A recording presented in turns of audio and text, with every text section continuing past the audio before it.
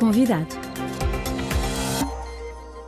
Até dia 1 de julho discute-se em Lisboa o futuro do mar na Conferência dos Oceanos que Portugal organiza juntamente com o Quénia. Organizado pelas Nações Unidas, este encontro junta em Portugal 140 países, cerca de 7.000 pessoas e vários chefes de Estado e de Governo, como o presidente angolano João Lourenço, mas também o presidente francês Emmanuel Macron ou ainda Jonas Gahr Støre, o primeiro-ministro da Noruega.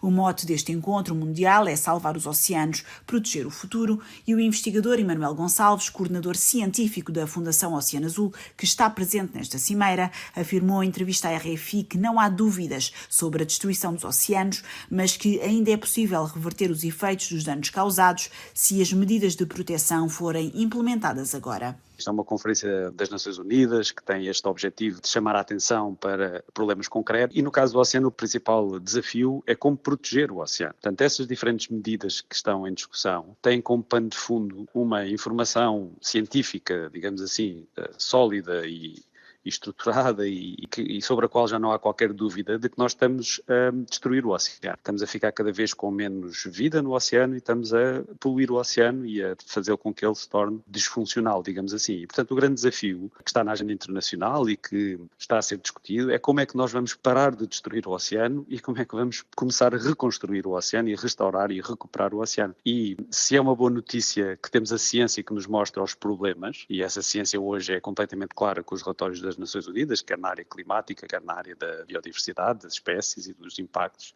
Também é uma boa notícia que nós temos as soluções para esses mesmos problemas.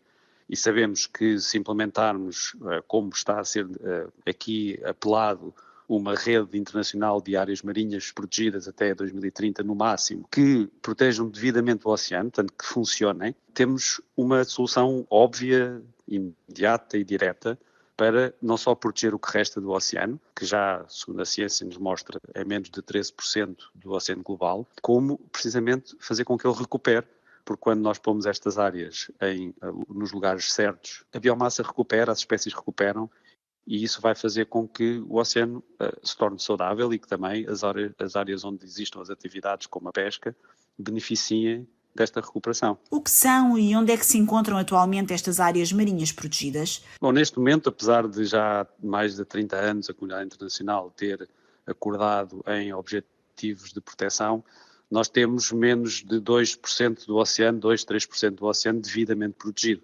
Temos nos números oficiais cerca de 8%, mas muitas destas áreas não funcionam. E, portanto, os processos são processos relativamente simples e diretos. Por um lado, saber onde é que estão os valores naturais principais, onde é que estão as joias da coroa, digamos assim, da proteção. A Madeira recentemente criou a maior área totalmente protegida à volta das Ilhas Selvagens, que numa expedição científica com o Governo Regional, com a Fundação Oceano Azul, com a National Geographic, com o Waitt Institute, se mostrou que era uma das áreas mais intactas do Atlântico. E esta proteção é uma proteção que vai permitir não continuar a degradar as áreas importantes, não é? Mas também é fundamental este tipo de proteção porque ela vai ajudar a recuperar, como dizia há pouco, o oceano, porque os peixes reproduzem-se e vamos ter peixes maiores e vamos ter mais peixes e, portanto, vamos ter mais vida dentro destas áreas protegidas que depois vão poder alimentar também os estoques pesqueiros fora dessas mesmas áreas protegidas e isso é fundamental para esta estratégia de recuperar o oceano. Podemos esperar um anúncio de uma maior proteção dos oceanos a partir da Conferência dos Oceanos? Já em 2017, na primeira Conferência do Oceano, houve muitos anúncios de criação de áreas. E o problema tem estas duas dimensões, não é? Por um lado, é urgente, fundamental, escalar a dimensão da proteção do oceano e, portanto, estes anúncios são muito importantes nessa medida. Mas nós na Fundação Oceano Azul estamos muito focados em garantir que estas áreas funcionam. Porque não basta criá-las, não é? É preciso implementá-las. E para as implementar é preciso meios, é preciso processos, é preciso recursos. A boa notícia também é que isso é tudo possível de fazer com o que existe hoje. Ou seja, nós hoje temos, por exemplo, muitos financiamentos que são destrutivos, que vão para a destruição do oceano, que vão para os subsídios destrutivos e esses financiamentos podem perfeitamente ser canalizados para proteção. Temos formas de valorização direta da natureza, enfim, porque sabemos hoje, por exemplo, que em muitas zonas do globo um tubarão vale muitas vezes mais vivo do que morto, porque alavanca toda uma economia do turismo sustentável, enquanto que na sua extração é vendido a cêntimo. Mas se houver estes tais processos estruturados, organizados através destas parcerias, trazendo a melhor da ciência e envolvendo os cidadãos, envolvendo as pessoas, envolvendo os interessados nessas soluções, nós acreditamos que esse é o caminho e é isso que tem que ser feito agora, que já não podemos esperar mais, infelizmente, porque continuamos a degradar o oceano enquanto falamos, enquanto fazemos estas conferências, mas assistimos aqui a uma enorme mobilização da sociedade civil, muito, muito, muito maior do que na conferência de 2017, e isso também é um grande motivo de esperança, porque mostra que as pessoas querem participar destas soluções, estão preocupadas com o assunto, de ouvir para a rua, ouvir para o cidadão comum. Isso traz-nos alguma esperança, embora seja um assunto muito invisível para a sociedade, não é? O oceano não está na nossa preocupação do dia-a-dia, infelizmente. Os oceanos estão ameaçados em várias frentes, com a pesca excessiva, com a poluição dos plásticos e ainda as alterações climáticas que levam ao aumento das temperaturas. Estas agressões, entre aspas, ainda são reversíveis? Nós temos a urgência de tomar estas medidas porque ainda vamos a tempo, porque esses impactos que falou têm razões concretas, que nós também sabemos, não é? Nós falamos dos seres vivos do oceano, não é? Como se fosse biomassa. Nós não alocamos ao oceano e aos seus habitantes uma propriedade de seres vivos de natureza e de zonas selvagens, que é o que são. O oceano é o grande património comum de natureza do mundo. Não existem lá as nossas cidades, não existem lá as nossas estradas, portanto, nós não vivemos no oceano. Portanto, o oceano é o grande património da humanidade e continuamos a usar esta linguagem, não é?